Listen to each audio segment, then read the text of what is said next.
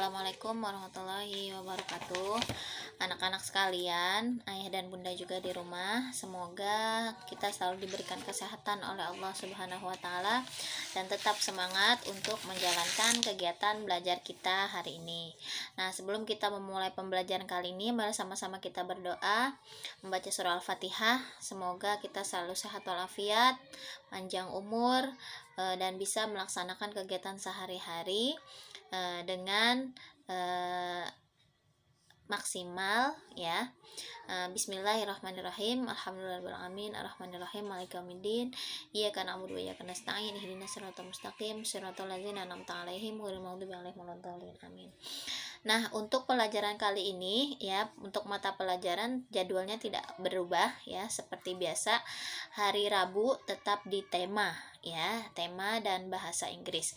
Nah, yang pertama kita akan bahas tema dulu. Sebelumnya tadi saya sudah meminta teman-teman untuk menulis materi PKN ya dan membacanya di LKS halaman 3 sampai 4 ya. Jadi ini berkaitan dengan tema sebelumnya. Jika di tema sebelumnya kita sudah membahas tentang hak, nah sekarang kita membahas tentang kewajiban ya. Dimana hak dan kewajiban ini tidak bisa dipisahkan. Kita akan mendapatkan hak kita setelah kita melaksanakan kewajiban ya. Jadi sepatutnya dan sebaiknya kita laksanakan dulu kewajiban kita, karena kewajiban adalah sesuatu yang harus kita kerjakan guna kita mendapatkan hak kita ya. Nah, kewajiban itu apa? Nah, seperti tadi sudah diberitahukan, kewajiban adalah sesuatu hal yang harus kita kerjakan baik di rumah, di sekolah ataupun di lingkungan. Nah, di kewajiban kita di rumah, contohnya seperti apa ya? Satu, misalnya setiap di rumah pasti ada peraturan.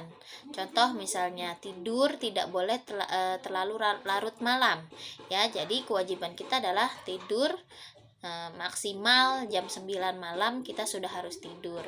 Kemudian apalagi kewajiban kita di rumah ya, membantu orang tua misalnya dan lain sebagainya. Kewajiban di sekolah apa contohnya ya? Tentu menaati peraturan sekolah, disiplin tugas, disiplin waktu ya. Kemudian mengerjakan tugas, menghormati guru, dan tentunya yang paling penting juga adalah menjaga kebersihan ya, karena menjaga kebersihan adalah kewajiban seluruh warga sekolah, bukan hanya siswa tapi juga guru ya. Semua orang yang berada di sekolah wajib menjaga kebersihan sekolah. Kemudian di lingkungan, nah sebagai warga yang baik, kita juga mempunyai kewajiban di lingkungan kita apa? Pertama, menjaga kebersihan, sama ya, jangan membuang sampah sembarangan. Atau juga nanti kewajiban kita sebagai warga negara apa? Ya, menaati lalu lintas ketika kita bepergian. Kemudian apalagi membayar pajak. Nah, itu juga termasuk ke dalam sebuah kewajiban ya. Jadi teman-teman harus bisa membedakan mana hak dan mana kewajiban.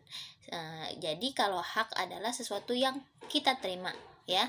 Hak itu apa? Contoh kita hak sebagai seorang anak, mendapatkan perlindungan, kasih sayang. Jika kita sakit, orang tua kita memberikan kita obat ya. Kemudian fasilitas sekolah, buku, pensil, dan semuanya itu adalah hak kita sebagai seorang anak ya.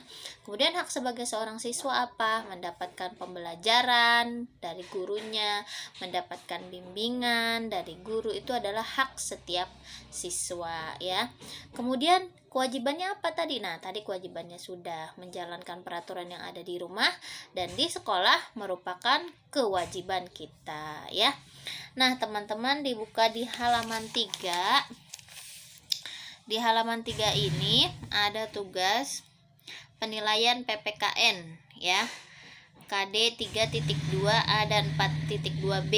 Nah, A, berilah tanda centang pada gambar yang menunjukkan sikap peduli lingkungan. Nah, ada 4 gambar ya, silakan nanti teman-teman centang di mana yang merupakan sikap peduli lingkungan. Ya, nomor 1 di sini ada gambar orang sedang macul ya, mau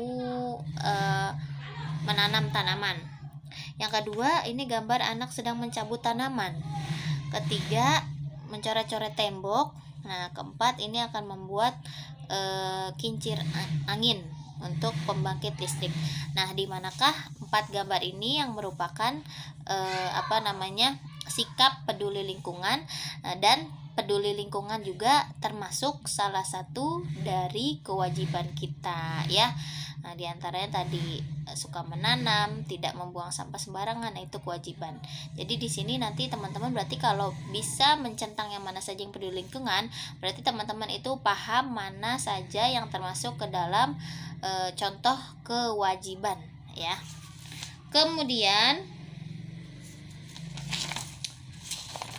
di halaman selanjutnya, nah ini ada materinya adalah IPS ya.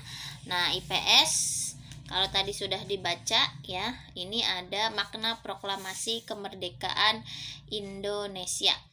Nah, ini juga berkaitan dengan tema sebelumnya. Kalau sudah baca dalam satu paragraf ini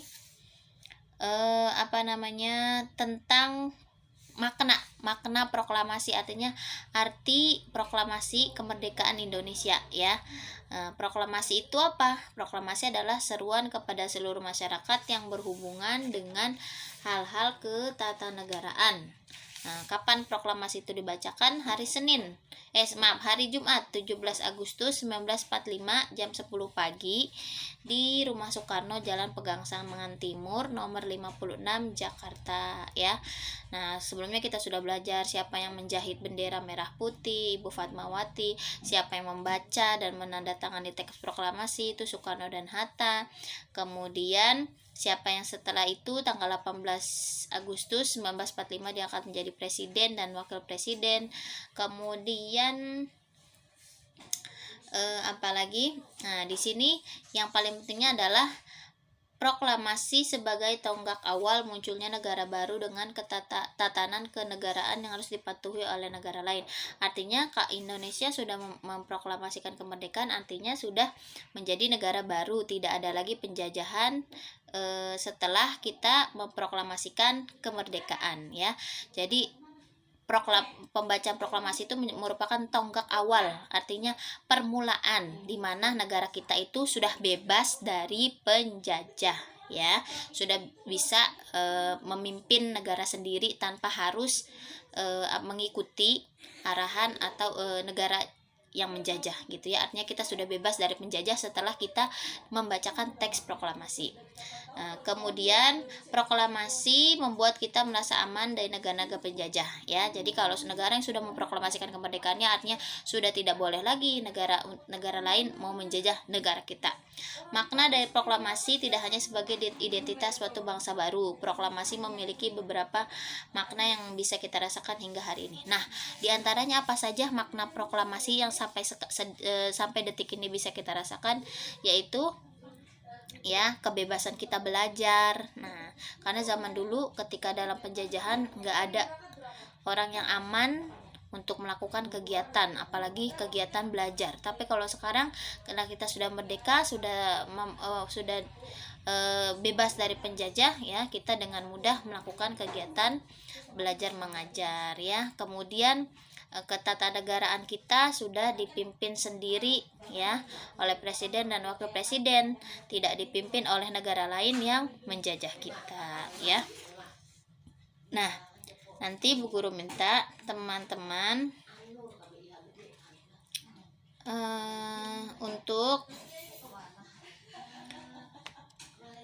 apa yang kamu ketahui di halaman 4 itu ada apa yang kamu ketahui tentang proklamasi kemerdekaan ya. Proklamasi kemerdekaan itu dimana tadi sebagai awal mula munculnya negara baru, artinya negara sudah tidak dijajah lagi oleh bangsa lain ya. Mengapa bangsa Indonesia memiliki keinginan untuk merdeka ya? Karena tadi ingin ya memulai atau ingin hidup diatur oleh negara sendiri, bukan oleh negara lain gitu ya, keinginan untuk merdeka. Jelaskan maksud proklamasi sebagai puncak perjuangan bangsa Indonesia. Ya, karena yang namanya proklamasi itu pasti tujuannya untuk merdeka, ya. Selama 365 tahun dijajah, ya. Maka dari itu ingin lepas dari penjajahan. Nah, caranya ingin lepas dari penjajah itu dengan memproklamasikan kemerdekaan. Maka proklamasi disebut puncak perjuangan, ya, karena sangat sulit selama 3,5 abad dijajah oleh negara-negara Jepang, Belanda, ya. Nah, maka disebutnya pembacaan proklamasi tersebut adalah puncak perjuangan. Karena untuk memproklamasikan kemerdekaan itu ditempuh dengan cara yang sangat sulit, dengan mengorbankan jiwa, raga, bahkan akal pikiran. Maka disebut puncak perjuangan, ya. Maka kalau negara sudah memproklamasikan kemerdekaannya, berarti dia sudah merdeka dari penjajah. Apa makna proklamasi kemerdekaan dalam upaya membangun masyarakat Indonesia yang sejahtera?